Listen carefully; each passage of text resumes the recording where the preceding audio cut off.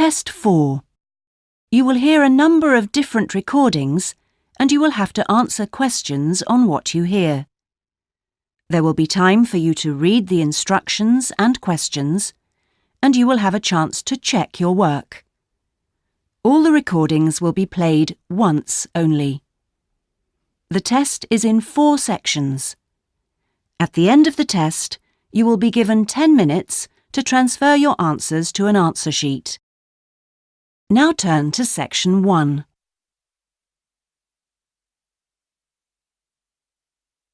Section 1.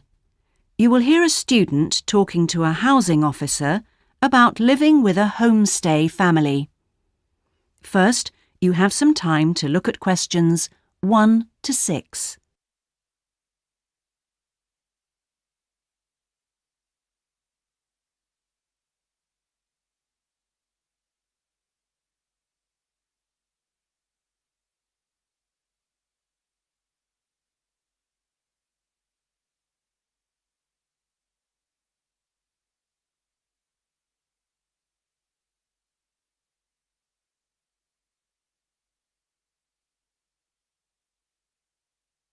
You will see that there is an example that has been done for you.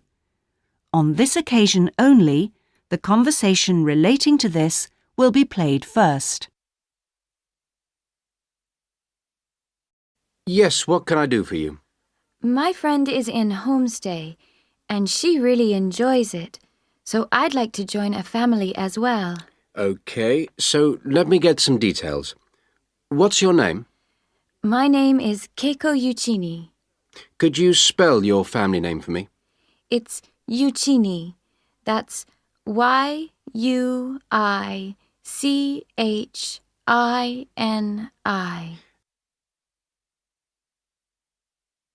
The student's surname is Uichini, so Uichini has been written on the form. Now we shall begin. You should answer the questions as you listen because you will not hear the recording a second time. Listen carefully and answer questions 1 to 6. Yes, what can I do for you? My friend is in homestay, and she really enjoys it, so I'd like to join a family as well. Okay, so let me get some details. What's your name? My name is Keiko Yuchini. Could you spell your family name for me? It's Yuchini. That's Yuichini.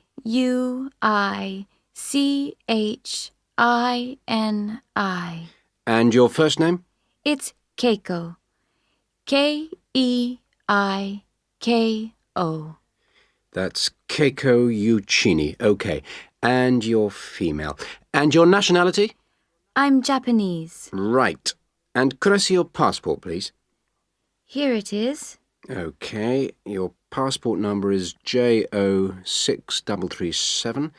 And you're how old? I'm 28 years old. Now, you live at one of the colleges. Which one? Willow College, room 21C. Right, 21C Willow College. And how long are you planning on staying with Homestay? About 4 months. Longer if I like it. And what course are you enrolled in? Well, I've enrolled for 20 weeks in the Advanced English Studies because I need help with my writing.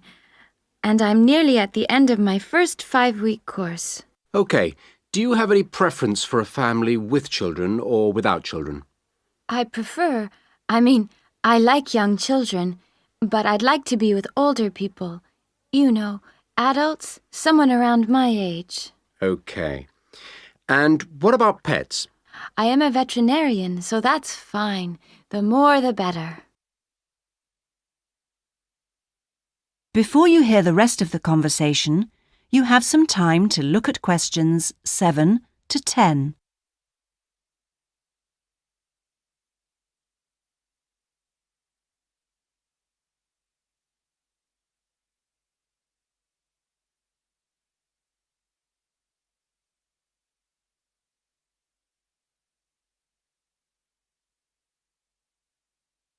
Now listen and answer questions 7 to 10.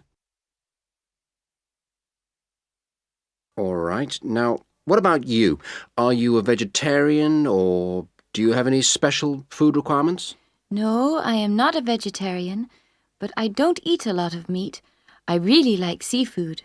And what are your hobbies? I like reading and going to the movies. Do you play any sports? Yes, I joined the handball team, but I didn't like that, so I stopped playing.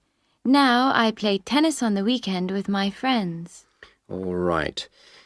Let's see. Name, age, now the location. Are you familiar with the public transport system? No, I'm not really because I have been living on campus. I've been to the city a few times on the bus, but they are always late. What about the trains? I like catching the train. They are much faster. Now, let me go check on the computer and see who I've got. Listen, leave it with me. I'll check my records and I'll give you details this afternoon. Thank you for helping me. It's a pleasure. Bye. Bye. That is the end of section 1. You now have half a minute to check your answers.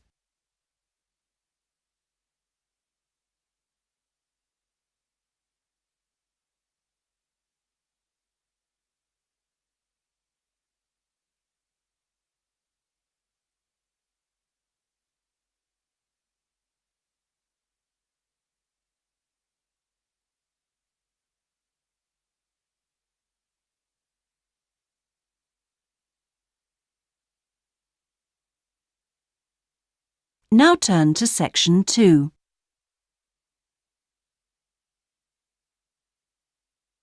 Section 2.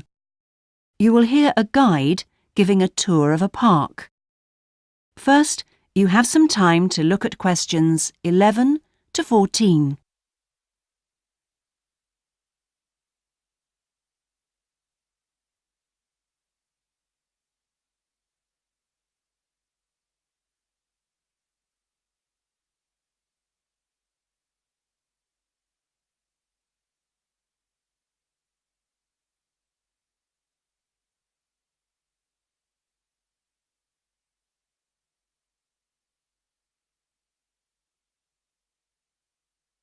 Now listen carefully and answer questions 11 to 14. Welcome to all of you. Can everybody see and hear me? Good. I'm Sally, your guide for this tour of the Bicentennial Park. I hope that you're all wearing your most comfortable shoes and that you can keep up the pace. So, let's get underway on our tour around this wonderful park. I'll start today with some general background information. There used to be a lot of factories in this area until the 1960s. Creating the park required the demolition of lots of derelict buildings on the site, so most of the exciting park space all around you was originally warehouses and storehouses.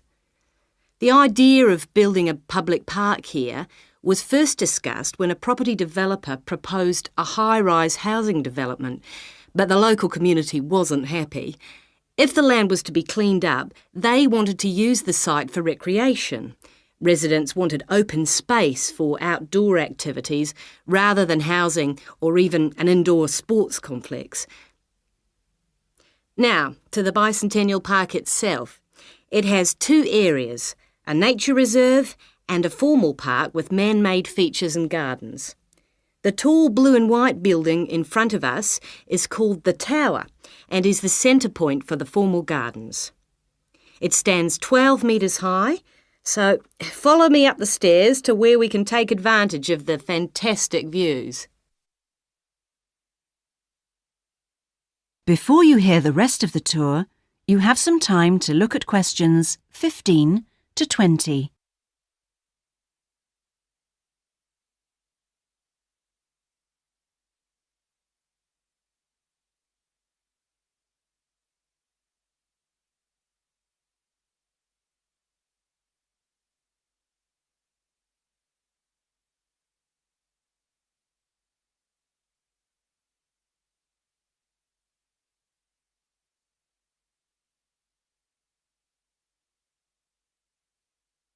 Now listen and answer questions 15 to 20.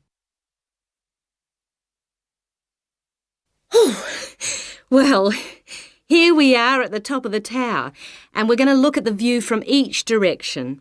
Out to the east, the large buildings about 1 kilometre away are on the Olympic site. There's an indoor arena for gymnastics, a stadium for track and field, and a swimming pool for races and synchronised swimming, and also diving. If you look carefully down there, you can see the train lines. The Olympic site has its own station to encourage the use of public transport. There is also a car park, but it only holds a limited number of cars. The formal park has some specially created water features. If you look out here to the south, you can see a circular ornamental pond. And around to the west, you can relax and sit on a bench to smell the flowers in the rose garden. And finally, up to the north, if you look in front of you now, there's a lake with a small island in the centre. You can hire rowing boats at the boat shed, which you can't see from here. But if you look through the trees, you can see the cafe, which has lovely views across the water. OK, let's climb down now. We will go now and have a look at the nature reserve section of the park, which has opened up natural wetland to the public. The mangroves have been made more accessible to visitors by the boardwalk built during the park's upgrade.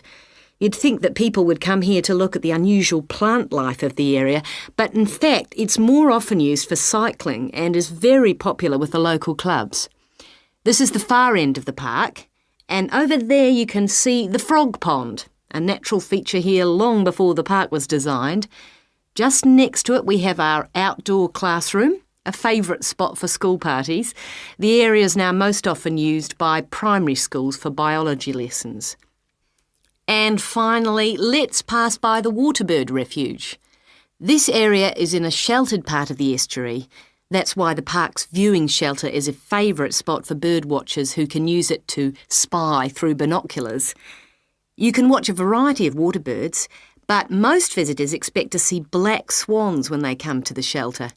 You might spot one yourself right now. Well, here we are back at our starting point, the Visitors Centre. That is the end of section 2. You now have half a minute to check your answers.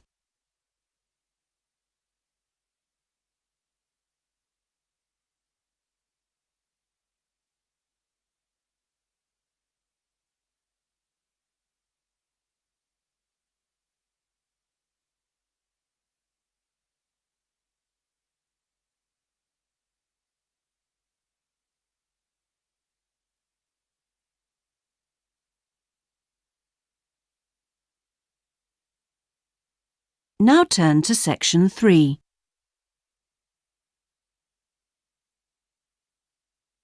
Section 3. You will hear 2 students discussing a geography presentation they're going to give. First, you have some time to look at questions 21 to 26.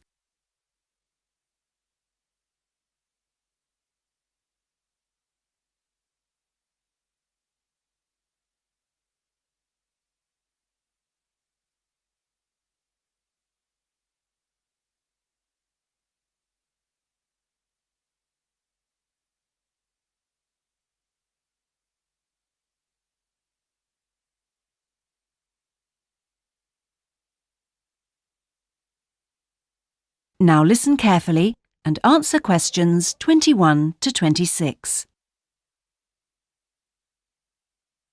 Remind me, Trevor, how long is the presentation? Dr. White said 3 per hour. So about 20 minutes.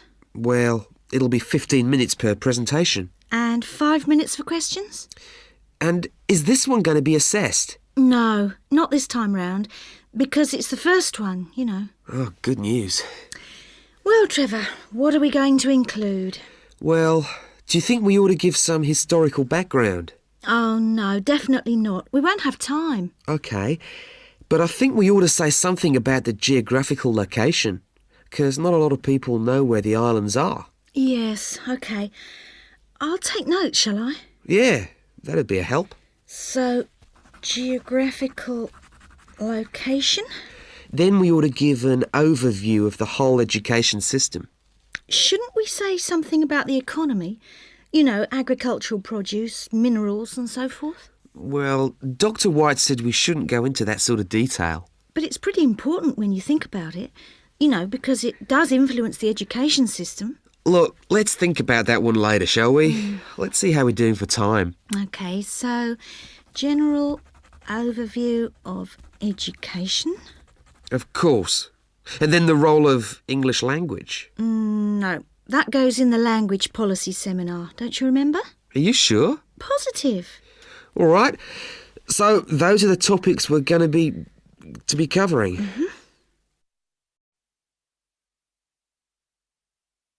Before you hear the rest of the discussion, you have some time to look at questions 27 to 30.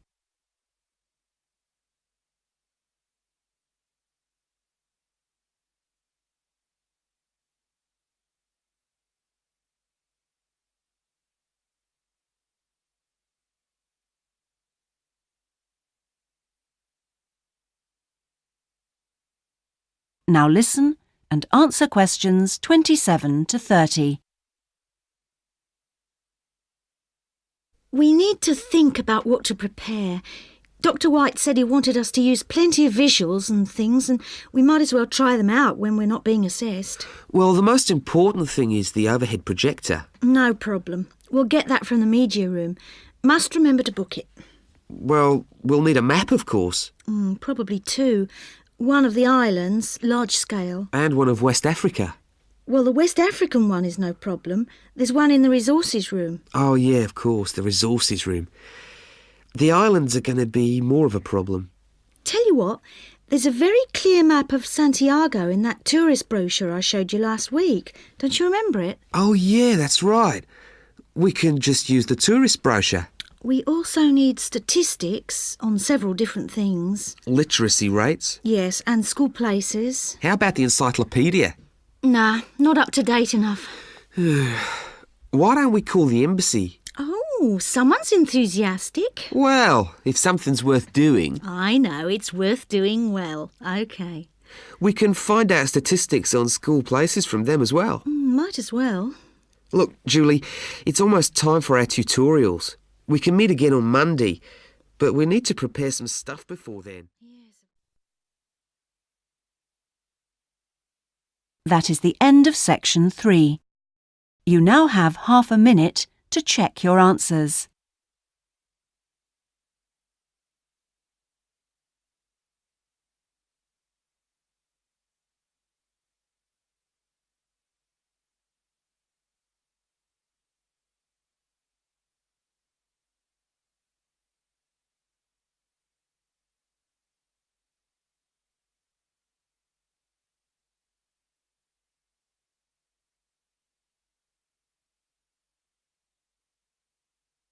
Now turn to section 4.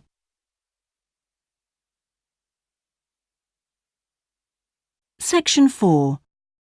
You will hear part of a lecture about a chemical substance called monosodium glutamate. First, you have some time to look at questions 31 to 40.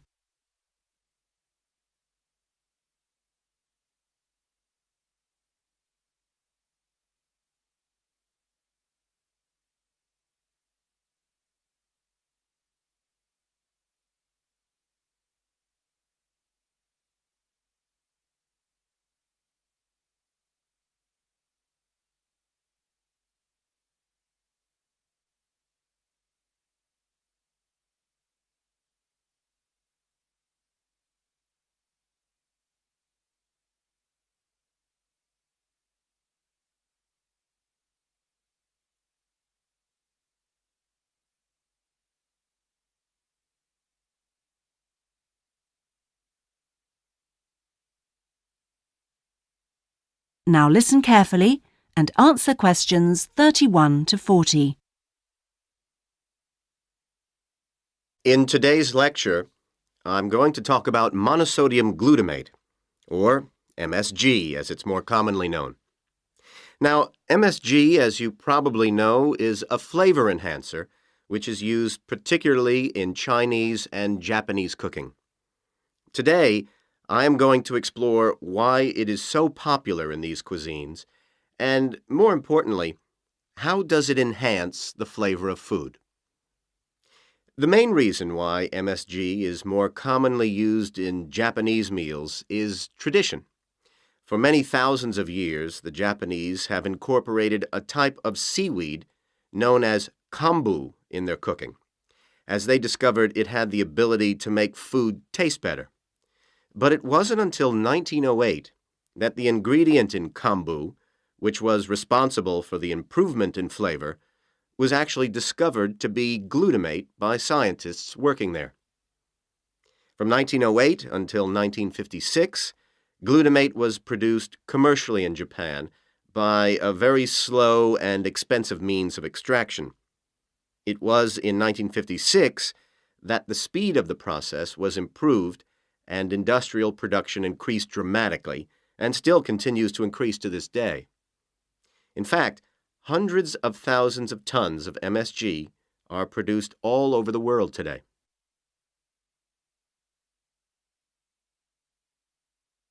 So what exactly is MSG?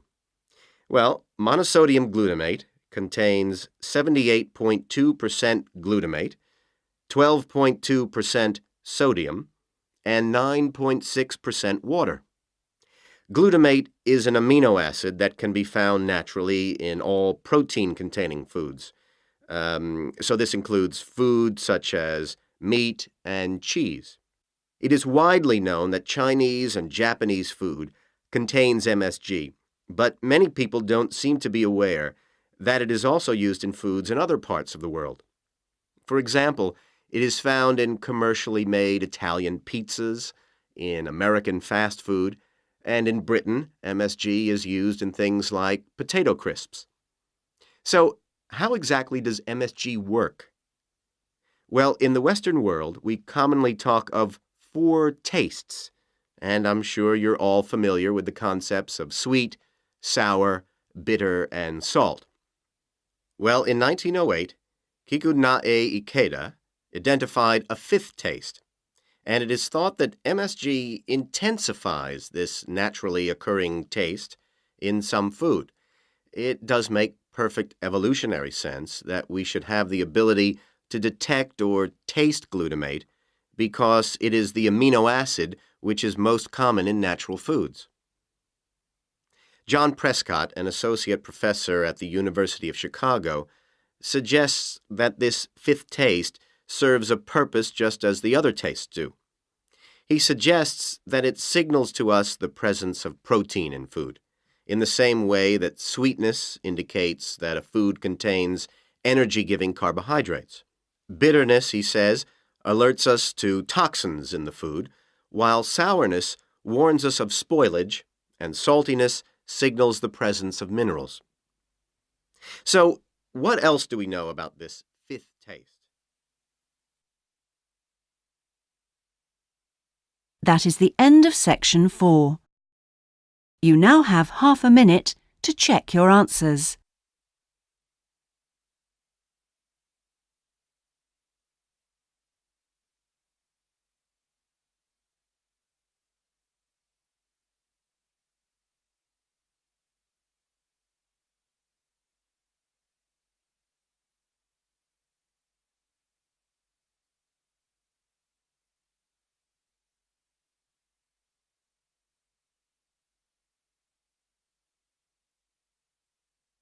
That is the end of the listening test.